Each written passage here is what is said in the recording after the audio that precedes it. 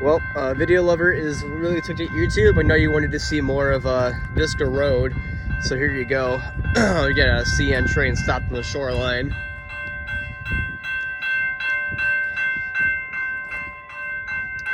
And I'm seeing we have some auto racks kind of just chilling there on this last track. So maybe they do use it sometimes for storage.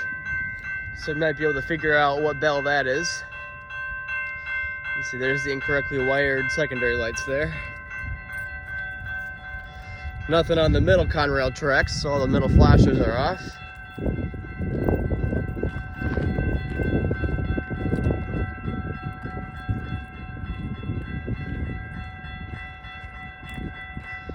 The end of this train is right down there.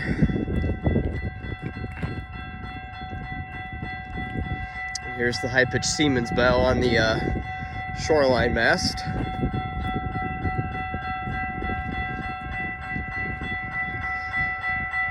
It was moving just a second ago and then it stopped. So I wonder what it's waiting for. Another train might be coming through. There's a gated signal. Yeah, video lover, I will try to come down here more, but sometimes I just don't have a ton of time, but here you go. This is Visger Road.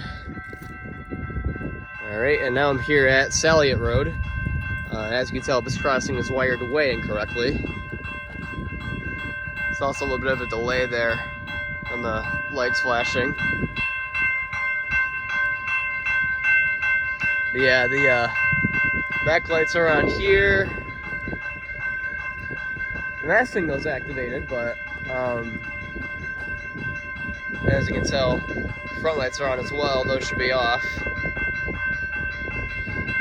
And the middle flashers are activated as well when there's nothing on this track.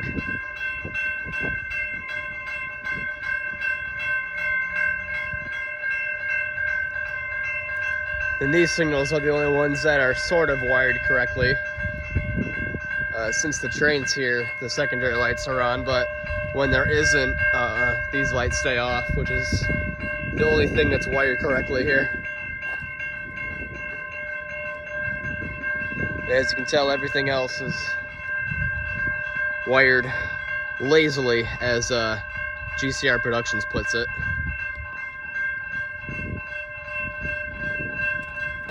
Conrail don't want to wire their signals correctly. See, this light's kind of, you know, bugging out.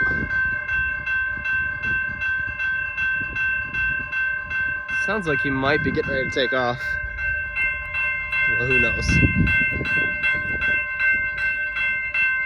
So yeah, I'd say this crossing is wired worse than Oak Street, because these lights come on too.